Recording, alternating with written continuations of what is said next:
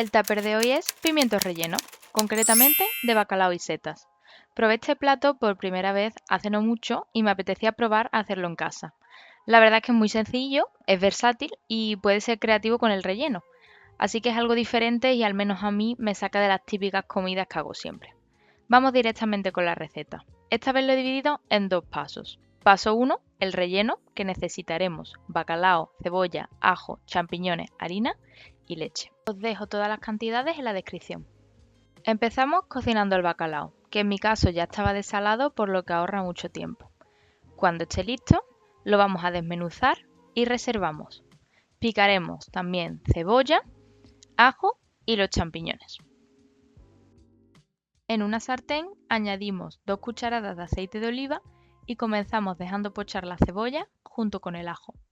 Fuego medio. No dejéis de vigilar el fuego, como me pasó a mí por estar pendiente de la cámara, porque se me calentó demasiado y no es lo que queremos. Fuego medio y sin humo. Cuando la cebolla y el ajo hayan cogido color, añadimos los champiñones, dejamos cocinar unos minutos e incorporamos el bacalao. Integramos todo bien y comenzamos el proceso de la bechamel. Para la bechamel añadimos 2 cucharadas rasas de harina, integramos y también podéis usar maicena para una versión sin gluten. Y después vamos a ir incorporando la leche poco a poco y sin dejar de remover para ir formando nuestra bechamel. No sé si alguien compartirá esta opinión, pero a mí el proceso de hacer bechamel me parece súper relajante. Ya de por sí la cocina es mi momento, ¿no? Mientras escucho un podcast, me veo un vídeo, escucho música, me encanta. Bueno, volviendo a la receta. Ya he añadido el vaso de leche, tenemos nuestra bechamel y respecto a las especias vamos a añadir sal, un poco de pimienta y nuez moscada. Y así de fácil es hacer el relleno, no tiene más. Lo reservamos y ahora nos ponemos con el paso 2. ¿Qué sería preparar la salsa? Y necesitaremos pimientos del piquillo, cebolla, ajo, vino blanco, tomate triturado, nata para cocinar y un poquito de caldo de pescado opcional. Cortamos unos 3-4 pimientos, reservamos también un poco del líquido y nos vamos a una sartén con un poquito de aceite para pochar cebolla y ajo. Cuando cojan color, añadimos un buen chorro de vino blanco y vamos a dejar que se consuma. A continuación, incorporamos 2 cucharadas del líquido de los pimientos y los pimientos que hemos cortado anteriormente.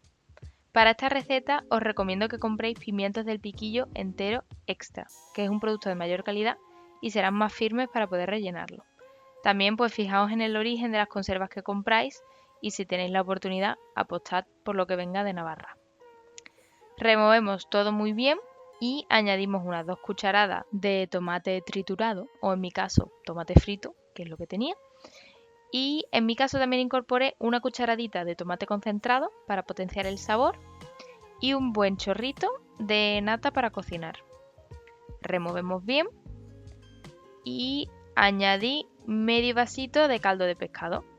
Vamos a dejar que todo esto se cocine, vaya cogiendo sabor y para mejorar un poco la consistencia también de la salsa incorporé una cucharadita de maicena diluida en agua y ya estaría. Ahora ya nos queda ajustar el sabor salpimentando y vamos a pasar a batir la salsa. Se me estropeó la batidora de mano, así que tuve que hacerla con la licuadora, que bueno, es un poco más engorroso, pero llegamos al mismo sitio. Así que a problemas, soluciones. Ya tenemos las dos partes de nuestra receta, así que ahora vamos manos a la obra rellenando pimientos. Con cuidado de no romperlos y con ayuda de una cucharita vais rellenando hasta terminar con todo el relleno y en mi caso saqué 11 pimientos. Después transferimos la salsa ya triturada de nuevo a la sartén y colocamos los pimientos para darles un golpe de calor.